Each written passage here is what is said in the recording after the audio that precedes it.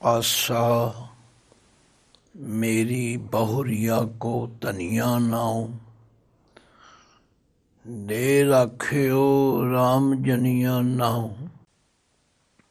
इन मुंडियन मेरा कर तुंदरावा, बिटवै राम रमौआ लावा।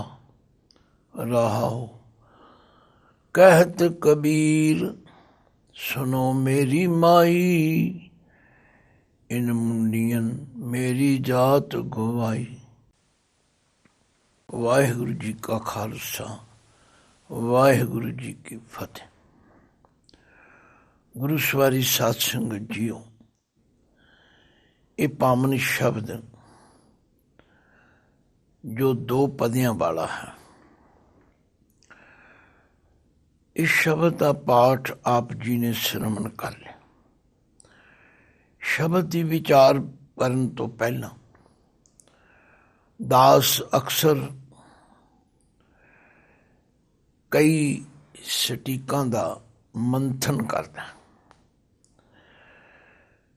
तो साडे बहुत सारे संप्रदायी विद्वानां ने भगत कबीर जी दे इन्हां शब्दां नूं इस ढंग नाल वर्णन कीता है कि भगत जी की माता शिकायत करती है, इन्हां साधुआं ने मेरे घर नूं बिगाड़ दिता। इन्हां साधुआं ने मेरी नूंह दा नाम बदल के धनिया तो राम जनिया कर दिता।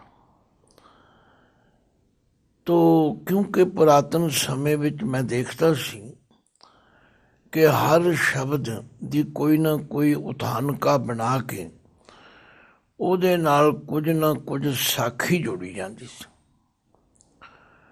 लोग बड़े रौचकता नाल सुनते ते विद्वान लोग सुनाया करते सन। दासरे उत्ते भी उसकी रंगत ते है सी।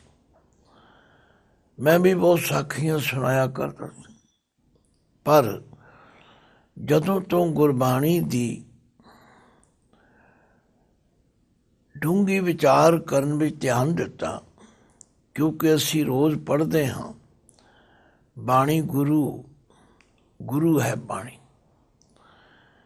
विच बाणी अमृत सारे। गुर बाणी कहे सेवक जन माने, प्रतख गुरु निस्तारे। तो गुरु शब्द जिहड़ा है उसके अखरी अर्थ ने गो कहिए अंधेरा, रू कहिए प्रकाश, जो अंधेरे विच प्रकाश करे, जो अज्ञानता दे हनेरे नूं दूर करके ज्ञान दे चानण विच लियावे। इसलिए जिन्हां विद्वानां ने खास करके प्रिंसीपल साहिब सिंह जी और इसे ही लड़ी विच ज्ञानी हरबंस सिंह जी पटियाले वाले, उन्होंने इन्हां साखियां नूं बिल्कुल खंडन किया। जिवें कि असी पिछले शब्द विच भी विचार आए हैं कि पहली जो मेरी औरत सी वो ऐसी सी, हुण ऐसी। पहली करूप कुजात कुलखणी, सौरे पईए बुरी। अब की स्वरूप सुजान सुलखणी, सहजे उदर धरी। मेरे ख्याल विच ये गल्लां सारियां अंतरीव भाव नाल संबंध रखदियां, पर आम जग्यासुआं दी सहूलत लई विद्वानां ने उथानका बनाउण लई साखियां दा आसरा लिया। पर गल तो यह है कि मनुख के जीवन के दोवें पक्ष असी देखते हैं। एक पक्ष है सतसंगत विच आउण तो पहलां दा, एक है सतसंगत विच आउण तो बाद। और ये गल पत्थर ते लीक 16 आने ठीक है कि सोसाइटी मोल्ड ए मैन, जैसी संगत वैसी रंगत। सचमुच इसे तरह चाहे भगत कबीर जी ਹਨ ਤੇ ਚਾਹੇ ਹੋਰ ਭਗਤ ਸਾਹਿਬਾਨ ਹਨ ਤੇ ਚਾਹੇ ਗੁਰੂ ਨਾਨਕ ਦੇਵ ਜੀ ਤੋਂ ਲੈ ਕੇ ਗੁਰੂ ਗੋਬਿੰਦ ਸਿੰਘ ਜੀ ਹਨ, ਮਨੁੱਖ ਤੇ ਉਹ ਹੀ ਸਨ, ਪਰ ਉਹਨਾਂ ਮਨੁੱਖਾਂ ਦੀ ਵਿਚਾਰਧਾਰਾ ਵਿੱਚ ਤਬਦੀਲੀ ਲਿਆਂਦੀ ਗੁਰੂ ਮਹਾਰਾਜ ਨੇ ਆਪਣੀ ਬਾਣੀ ਦੁਆਰਾ। ਜਦੋਂ ਅਸੀਂ ਬਾਣੀ ਦੇ ਤੱਤ ਸਾਰ ਨਾਲ ਜੁੜ ਗਏ, ਫਿਰ ਇਹਨਾਂ ਸਾਖੀਆਂ ਦੀ ਮੁਹਤਾਜੀ ਘਟੇਗੀ। ਜਦੋਂ ਅਸੀਂ ਭਗਤ ਜੀ ਦੇ ਪਹਿਲੇ ਸ਼ਬਦ ਨੂੰ ਵਿਚਾਰਦੇ ਹਾਂ, ਇਹ ਨਿਰਣਾ ਕਰ ਲਿਆ ਕਿ ਪਹਿਲਾਂ ਮਨੁੱਖ ਦੀ ਬਿਰਤੀ ਜਿਹੜੀ ਹੈ ਉਹ ਖੋਟੇ ਪਾਸੇ ਵੱਲ ਲੱਗੀ ਹੋਈ ਸੀ। ਜਦੋਂ ਸਤ ਸੰਗਤ ਵਿੱਚ ਆਈ, ਸਿਮਰਨ ਕੀਤਾ, ਹੁਣ ਉਹੀ ਬਿਰਤੀ ਬਦਲ ਕੇ ਕੁਜਾਤ ਤੋਂ ਸੁਜਾਤ ਬਣ ਗਈ, ਕੁਰੂਪ ਤੋਂ ਸਰੂਪ ਵਾਲੀ ਬਣ ਗਈ, ਕੁਲੱਖਣੀ ਤੋਂ ਚੰਗੇ ਲੱਖਣਾਂ ਵਾਲੀ ਬਣ ਗਈ।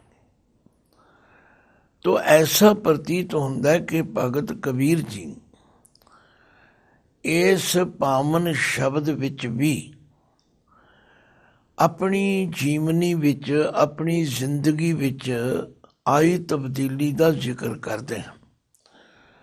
ਮੈਂ ਕਿਸੇ ਕਿੰਤੂ ਪਰੰਤੂ ਜਾਂ ਬਹਿਸ ਵਬਹਿਸੇ ਵਿੱਚ ਪੈਣ ਦੇ ਹੱਕ ਵਿੱਚ ਨਹੀਂ। ਮੈਨੂੰ ਇਹ ਗੱਲ ਗੁਰੂ ਮਹਾਰਾਜ ਤੋਂ ਸਮਝਾਈ ਕਿ ਸਾਨੂੰ ਆਪਣੇ ਜੀਵਨ ਨੂੰ ਚੰਗਾ ਬਣਾਉਣ ਲਈ ਹਮੇਸ਼ਾ ਬਾਣੀ ਦੇ ਤੱਤ ਭਾਵ ਨੂੰ ਸਮਝਣਾ ਚਾਹੀਦਾ। ਬੂਟੇ ਗਿਣਨ ਦੀ ਬਜਾਏ ਅੰਬ ਖਾਣੇ ਚਾਹੀਦੇ ਤੇ ਇਹ ਦੇਖਣਾ ਚਾਹੀਦਾ ਕਿ ਸਾਡੇ ਜੀਵਨ ਵਿੱਚ ਇਹ ਤਬਦੀਲੀ ਆਈ ਹੈ ਜਾਂ ਨਹੀਂ ਆਈ। ਭਗਤ ਕਬੀਰ ਜੀ ਕਹਿੰਦੇ ਨੇ ਕਿ ਚੰਗਿਆਂ ਪੁਰਖਾਂ ਦੀ, ਗੁਰਮੁਖਾਂ ਦੀ, ਸਾਧੂਆਂ ਦੀ ਸੰਗਤ ਕਰਨ ਤੋਂ ਪਹਿਲਾਂ ਮੇਰੀ ਜਿਹੜੀ ਜਿੰਦ ਰੂਪੀ ਵਹੁਟੀ ਹੈ ਉਹਦੀ ਹਾਲਤ ਇਹ ਸੀ ਤੇ ਹੁਣ ਇਹ ਹੈ। ਤੇ ਕੁਦਰਤੀ ਗੱਲ ਹੈ, ਜਿਹਦੀ ਪ੍ਰੇਰਨਾ ਦੇ ਨਾਲ, ਜਿਹਦੀ ਸੰਗਤ ਦੇ ਨਾਲ, ਜਿਹਦੀ ਸਿੱਖਿਆ ਨੂੰ ਸੁਣ ਕੇ ਕੋਈ ਤਬਦੀਲੀ ਆਵੇ, ਬੰਦਾ ਲੁਕੋ ਨਹੀਂ ਸਕਦਾ, ਉਹਦੇ ਮੂੰਹੋਂ ਸੱਚਾਈ ਨਿਕਲ ਜਾਂਦੀ। ਸੱਚਮੁੱਚ ਭਗਤ ਕਬੀਰ ਜੀ ਕਹਿੰਦੇ ਹਨ, ਇਨ ਮੁੰਡੀਆਂ ਮੇਰਾ ਘਰ ਧੁੰਦੁਰਾਵਾ। ਹੁਣ ਇੱਕ ਘਰ ਹੈ ਇੱਟਾਂ ਪੱਥਰਾਂ ਦਾ ਬਣਿਆ ਹੋਇਆ ਬਾਹਰਲਾ ਘਰ, ਇੱਕ ਘਰ ਹੈ ਸਾਡਾ ਅੰਦਰ। ਭਗਤ ਜੀ ਕਹਿੰਦੇ ਨੇ ਇਹ ਜਿਹੜੇ ਸਾਧੂ ਨੇ, ਕਿਉਂਕਿ ਆਮ ਤੌਰ 'ਤੇ ਸਾਧੂਆਂ ਦਾ ਵੇਸ ਵੱਖਰਾ ਹੁੰਦਾ, ਹੋ ਸਕਦਾ ਕਿ ਉਸ ਇਲਾਕੇ ਦੇ ਅੰਦਰ ਉਹਨਾਂ ਨੂੰ ਮੁੰਡੀਏ ਸਾਧੂ ਕਿਹਾ ਜਾਂਦਾ ਹੋਵੇ, ਜਾਂ ਸਾਧੂਆਂ ਵਾਸਤੇ ਹੀ ਮੁੰਡੀਆਂ ਸ਼ਬਦ ਵਰਤਿਆ ਜਾਂਦਾ। ਤੋ ਭਗਤ ਜੀ ਕਹਿੰਦੇ ਨੇ ਮੈਂ ਤੇ ਇਹਨਾਂ ਦਾ ਸ਼ੁਕਰਗੁਜ਼ਾਰ ਹਾਂ। ਇਨ ਮੁੰਡੀਆਂ, ਇਨ ਦੇ ਨੰਨੇ ਦੇ ਪੈਰ ਵਿੱਚ ਥੋੜ੍ਹੀ ਜਿਹੀ ਲਕੀਰ ਪਈ ਹੋਈ, ਇਹਨੂੰ ਥੋੜ੍ਹਾ ਜਿਹਾ ਭਾਰਾ ਕਰਕੇ ਬੋਲਣ ਦੀ ਸੇਧ। ਇਨ ਮੁੰਡੀਆਂ ਮੇਰਾ ਘਰ ਧੁੰਦਲਾਵਾ, ਮੇਰਾ ਘਰ ਧੁੰਦਲਾ ਦਿੱਤਾ, ਉਜਾੜ ਦਿੱਤਾ, ਬਦਲ ਦਿੱਤਾ। ਧੁੰਦਲਾਵਾ ਦਾ ਮਤਲਬ ਹੈ ਜਿਵੇਂ ਧੁੰਦ ਸ਼ਬਦ ਵਿੱਚ ਕਈ ਚੀਜ਼ਾਂ ਲੁਕੀਆਂ ਹੋਈਆਂ, ਭਾਵ ਇਹਦੇ ਵਿੱਚ ਬੜੀ ਅਜਬ ਤਰ੍ਹਾਂ ਦੀ ਤਬਦੀਲੀ ਲੈ ਆਉਂਦੀ। ਇਨ ਮੁੰਡੀਆਂ ਮੇਰਾ ਘਰ ਧੁੰਦਲਾਵਾ, ਜੋ ਤਬਦੀਲੀ ਘਰ ਵਿੱਚ ਆ ਗਈ। ਕੀ ਤਬਦੀਲੀ ਆਈ? ਬਿਟਵੈ ਰਾਮ ਰਮਊਆ ਲਾਵਾ। ਇਹ ਜਿਹੜਾ ਮੇਰਾ ਮਨ, ਦੇਖੋ ਬਿਟਿਆ ਸ਼ਬਦ ਵੀ ਵਰਤਿਆ ਜਾਂਦਾ, ਬਿਟਵਾ ਵੀ ਵਰਤਿਆ ਜਾਂਦਾ, ਬਿਟਵੈ ਵੀ ਵਰਤਿਆ, ਕਿਉਂਕਿ ਯੂਪੀ ਦੇ ਅੰਦਰ ਅੱਜ ਵੀ ਅਸੀਂ ਦੇਖਦੇ ਹਾਂ ਜਿਹੜੇ ਲੋਕ ਆਪਣਾ ਕਮਾਈ ਕਰਨ ਵਾਸਤੇ ਬਿਹਾਰ ਤੋਂ ਜਾਂ ਯੂਪੀ ਤੋਂ ਪੰਜਾਬ ਵਿੱਚ ਆਉਂਦੇ ਨੇ, ਹਰਿਆਣੇ ਵਿੱਚ ਆਉਂਦੇ ਨੇ, ਉਹਨਾਂ ਦੇ ਸ਼ਬਦ ਅਕਸਰ ਸੁਣਨ ਵਿੱਚ ਸਾਨੂੰ ਮਿਲਦੇ ਨੇ। ਤਾਂ ਉਹਨਾਂ ਵਿੱਚ ਇਹ ਅੱਖਰ ਆਮ ਵਰਤੇ ਜਾਂਦੇ। ਬੇਟੇ ਨੂੰ ਬਿਟਵਾ ਕਹਿਣਾ। ਤਾਂ ਭਗਤ ਜੀ ਕਹਿੰਦੇ ਨੇ ਮੇਰਾ ਮਨ ਰੂਪੀ ਬੇਟਾ, ਜਿਹੜਾ ਅਣਜਾਣ ਸੀ, ਜਿਹੜਾ ਗਲਤ ਪਾਸੇ ਲੱਗਾ ਹੋਇਆ ਸੀ, ਜਿਹਨੂੰ ਸੋਝੀ ਨਹੀਂ ਸੀ, ਬਿਟਵੈ ਰਾਮ ਰਮਊਆ ਲਾਵਾ, ਇਹਨਾਂ ਨੇ ਉਸ ਰਮੇ ਹੋਏ ਰਾਮ ਦੇ ਨਾਲ ਮੇਰੇ ਮਨ ਰੂਪੀ ਬਿਟਵੇ ਨੂੰ ਲਾ ਦਿੱਤਾ। ਕੀ ਸਾਨੂੰ ਇਹ ਅਰਥ ਕਰਕੇ ਪ੍ਰੇਰਨਾ ਨਹੀਂ ਮਿਲਦੀ? ਜੇ ਸਾਡਾ ਮਨ ਵੀ ਗਲਤ ਪਾਸੇ ਤੁਰਦਾ ਹੋਵੇ, ਚੰਗੀ ਸੰਗਤ ਕਰੋ, ਬਦਲ ਜਾਏ। ਤੋ ਇਹ ਹੈ ਸ਼ਬਦ ਦੀ ਰਹਾਉ ਦੀ ਪੰਗਤੀ। ਇਨ ਮੁੰਡੀਆਂ ਮੇਰਾ ਘਰ ਧੁੰਧਲਾਵਾ, ਬਿਟਵੈ ਰਾਮ ਰਮਊਆ ਲਾਵਾ। ਹੁਣ ਅਸੀਂ ਅੰਤਰੀਵ ਭਾਵ ਵਾਲੇ ਪਾਸੇ ਜਦੋਂ ਤੁਰਾਂਗੇ ਤੇ ਇੱਕ ਵੱਖਰਾ ਹੀ ਆਨੰਦ, ਵੱਖਰੀ ਹੀ ਪ੍ਰੇਰਨਾ ਪ੍ਰਾਪਤ ਹੋਵੇਗੀ। ਤੇ ਜੇ ਅਸੀਂ ਇਸ ਨੂੰ ਸਾਖੀ ਨਾਲ ਜੋੜਦੇ ਹਾਂ, ਬਈ ਕਬੀਰ ਜੀ ਦੀ ਮਾਤਾ ਆਪਣੀ ਗੁਆਂਢਣ ਨੂੰ ਸ਼ਿਕਾਇਤ ਕਰਦੀ, ਬਈ ਇਹਨਾਂ ਸਾਧੂਆਂ ਨੇ ਮੇਰਾ ਘਰ ਵਿਗਾੜ ਦਿੱਤਾ। ਸਾਧੂ ਕਿਸੇ ਦਾ ਘਰ ਵਿਗਾੜਦੇ ਨੇ, ਸਵਾਰਦੇ ਨੇ, ਬਸ਼ਰਤੇ ਉਹ ਸਾਧੂ ਹੋਣ। ਇਸੇ ਤਰ੍ਹਾਂ ਭਗਤ ਜੀ ਕਹਿ ਰਹੇ ਨੇ ਮੇਰੀ ਬਹੁਰੀਆ ਕੋ ਧਨੀਆ ਨਾਉ। ਬਹੁਰੀਆ ਸ਼ਬਦ ਜਿਹੜਾ ਇਹ ਭਗਤ ਜੀ ਨੇ ਆਪਣੀ ਬਾਣੀ ਵਿੱਚ ਆਪਣੇ ਲਈ ਕਈ ਜਗ੍ਹਾ ਵਰਤਿਆ। ਹਰ ਮੇਰੋ ਪਿਰ ਹਉ ਹਰ ਕੀ ਬਹੁਰੀਆ। ਹੁਣ ਬਹੁਰੀਆ ਸ਼ਬਦ ਤੇ ਬਹੁਰੀਆ ਹੀ ਰਹੇਗਾ, ਇਹਦੇ ਅਰਥ ਤੇ ਵਹੁਟੀ ਰਹਿਣਗੇ, ਪਰ ਇਹਨੂੰ ਨੂੰਹ ਬਣਾਉਣ ਵਾਸਤੇ ਸਾਨੂੰ ਬੜੀ ਤਬਦੀਲੀ ਕਰਨੀ ਪਏਗੀ। ਭਗਤ ਜੀ ਕਹਿੰਦੇ ਨੇ ਗੁਰਮੁਖਾਂ ਦੀ, ਸਾਧੂਆਂ ਦੀ ਸੰਗਤ ਕਰਨ ਤੋਂ ਪਹਿਲਾਂ ਮੇਰੀ ਜੋ ਬਿਰਤੀ ਸੀ, ਮੇਰੀ ਜੋ ਜਿੰਦ ਸੀ, ਉਹ ਧਨ ਵਾਲੇ ਪਾਸੇ ਲੱਗੀ ਹੋਈ ਸੀ। ਧਨੀਆਂ ਦਾ ਮਤਲਬ ਹੈ ਜਿਹਨੂੰ ਹਰ ਵੇਲੇ ਧਨ ਦੀ ਲਾਲਸਾ ਰਹੇ। ਮੇਰੀ ਬਹੁਰੀਆ ਕੋ ਧਨੀਆ ਨਾ ਹੋ। ਪਹਿਲਾਂ ਮੇਰੀ ਜਿੰਦ ਹਰ ਵੇਲੇ ਸੰਸਾਰੀ ਪਦਾਰਥਾਂ ਵੱਲ, ਸੰਸਾਰੀ ਚੀਜ਼ਾਂ ਵੱਲ ਲੱਗੀ ਹੋਈ ਸੀ। ਲੈ ਰਾਖਿਓ ਰਾਮ ਜਨੀਆਂ ਨਾਉ। ਪਰ ਇਹਨਾਂ ਸਾਧੂਆਂ ਨੇ ਉਸ ਦਾ ਇਹ ਨਾਮ ਤੇ ਨਾਮ ਦੇ ਨਾਲ ਉਸ ਦਾ ਕਾਮ ਬਦਲ ਦਿੱਤਾ। ਹੁਣ ਇਹ ਰਾਮ ਜਨੀਆਂ ਬਣ ਗਏ। ਧਨੀਆਂ ਦਾ ਮਤਲਬ ਧਨ ਦੀ ਇੱਛਾ ਕਰਨ ਵਾਲੀ, ਤੇ ਰਾਮ ਜਨੀਆਂ ਦਾ ਮਤਲਬ ਰਾਮ ਦੀ ਦਾਸੀ ਬਣ ਗਈ, ਰਾਮ ਦਾ ਨਾਮ ਜਪਣ ਵਾਲੀ ਬਣ ਗਈ। ਹੁਣ ਟੀਕਾਕਾਰਾਂ ਨੇ ਕਿਹਾ ਜੀ ਭਗਤ ਜੀ ਦੀ ਮਾਤਾ ਇਹ ਸ਼ਿਕਾਇਤ ਕਰਦੀ। ਹੁਣ ਅਸੀਂ ਭਗਤ ਕਬੀਰ ਜੀ ਦੀ ਪਤਨੀ ਦਾ ਕਿਤੇ ਧਨੀਆ ਨਾਮ ਨਹੀਂ ਪੜਿਆ, ਲੋਈ ਤਾਂ ਹੈ। ਤੋ ਇਸ ਤਰ੍ਹਾਂ ਸਾਨੂੰ ਤਤਸਾਰ ਤੋਂ ਸੱਜੇ ਖੱਬੇ ਜਾਣ ਲੱਗਿਆਂ ਕਈ ਨੁਕਸਾਨ ਹੋ ਜਾਂਦੇ, ਜਿਨ੍ਹਾਂ ਦੀ ਫਿਰ ਭਰਪਾਈ ਕਰਨੀ ਬੜੀ ਔਖੀ ਹੈ। ਤੇ ਜੇ ਉਸਾਰੀ ਠੀਕ ਤਰ੍ਹਾਂ ਹੋਵੇ, ਉਹ ਉਸਾਰੀ ਸਾਡੇ ਅਧਿਆਤਮਿਕ ਜੀਵਨ ਵਿੱਚ ਬੜਾ ਰੰਗ ਲਿਆਉਂਦੀ।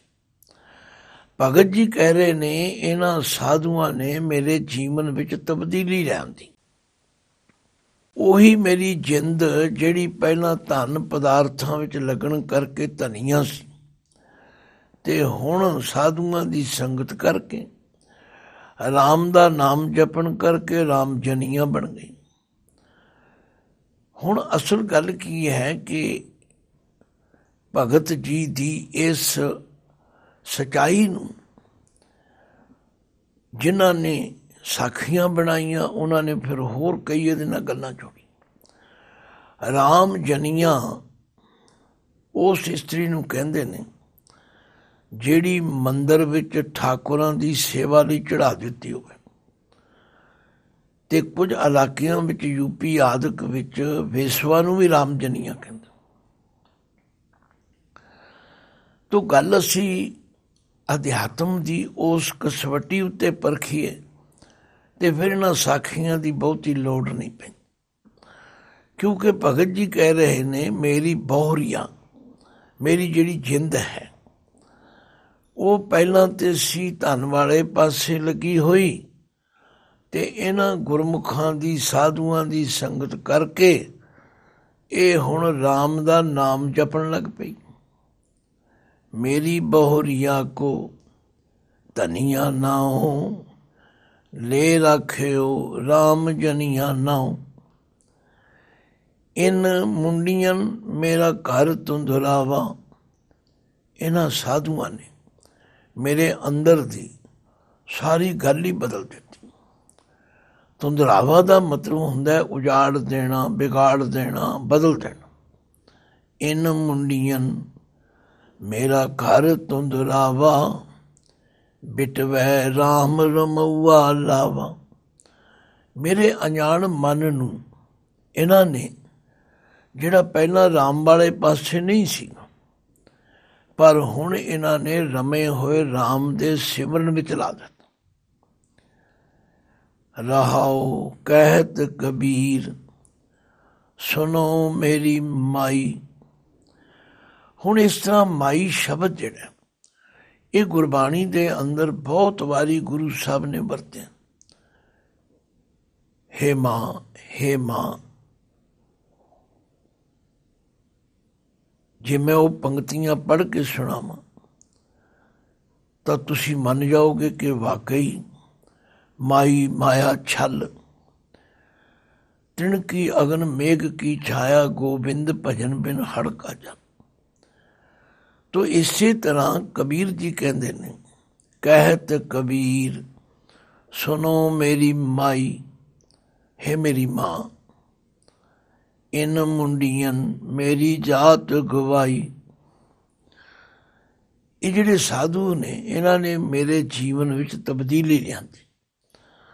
ਇਹ ਠੀਕ ਹੈ, ਕਬੀਰ ਜੀ ਆਪਣੀ ਜਾਤ ਨਹੀਂ ਲੁਕਾਉਂਦੇ, ਔਰ ਉਸ ਸਮੇਂ ਦੇ ਮੁਤਾਬਕ ਸਾਡੇ ਸਮਾਜ ਵਿੱਚ ਜੋ ਬ੍ਰਾਹਮਣ ਦੀ ਮਨੂ ਸਿਮਰਤੀ ਅਨੁਸਾਰ ਵਰਨ ਵੰਡ ਹੈ, ਉਹਦੀ ਤਸਵੀਰ ਵੀ ਸਾਡੇ ਸਾਹਮਣੇ।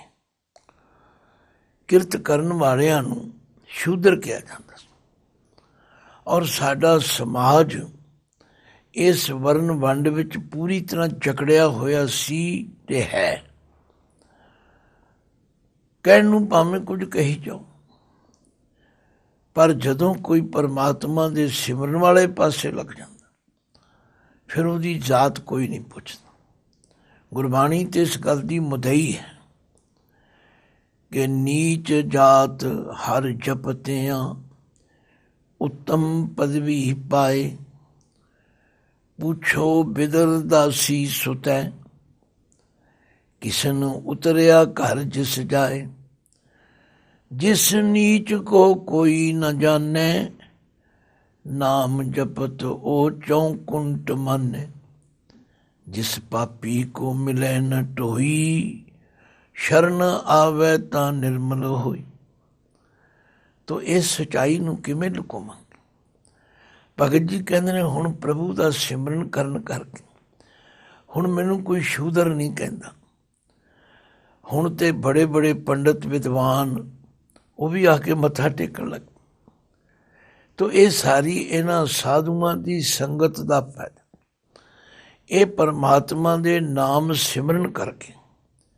ਕਹਿਤ ਕਬੀਰ ਸੁਣੋ ਮੇਰੀ ਮਾਈ, ਇਨ ਮੁੰਡੀਆਂ ਮੇਰੀ ਜਾਤ ਗਵਾਈ। ਹੁਣ ਮੈਨੂੰ ਕੋਈ ਜੁਲਾਹਾ ਨਹੀਂ ਕਹਿੰਦਾ, ਹੁਣ ਤਾਂ ਸਾਰੇ ਹੀ ਮੇਰਾ ਆਦਰ ਕਰਦੇ ਨੇ, ਸਤਿਕਾਰ ਕਰਦੇ। ਬੜੇ ਬੜੇ ਪੰਡਤ ਵਿਦਵਾਨ ਵੀ ਆ ਕੇ ਸਿਰ ਝੁਕਾਉਂਦੇ। ਇਹ ਸਭ ਇਹਨਾਂ ਸਾਧੂਆਂ ਦੀ ਸੰਗਤ ਤੇ ਨਾਮ ਜਪਣ ਦਾ ਨਤੀਜਾ।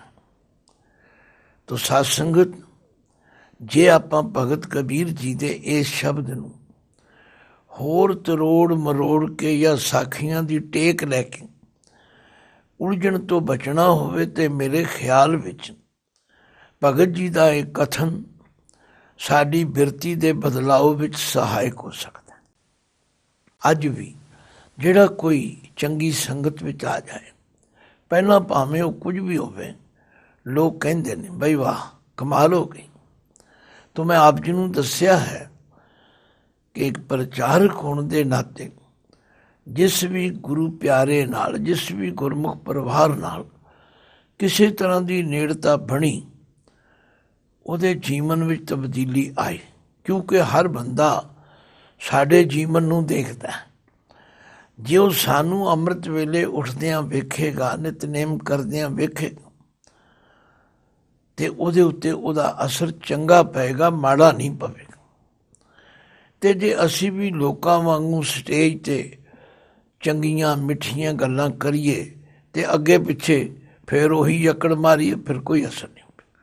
ਤੋ ਭਗਤ ਕਬੀਰ ਜੀ ਦੇ ਇਸ ਕਥਨ ਤੋਂ ਇਹ ਪ੍ਰੇਰਨਾ ਮਿਲਦੀ ਹੈ ਕਿ ਚੰਗੀ ਸੰਗਤ ਕਰਨ ਦੇ ਨਾਲ ਏਡੀ ਵੱਡੀ ਤਬਦੀਲੀ ਆ ਜਾਂਦੀ ਹੈ। ਵਾਹਿਗੁਰੂ ਜੀ ਕਾ ਖਾਲਸਾ, ਵਾਹਿਗੁਰੂ ਜੀ ਕੀ ਫਤਿਹ।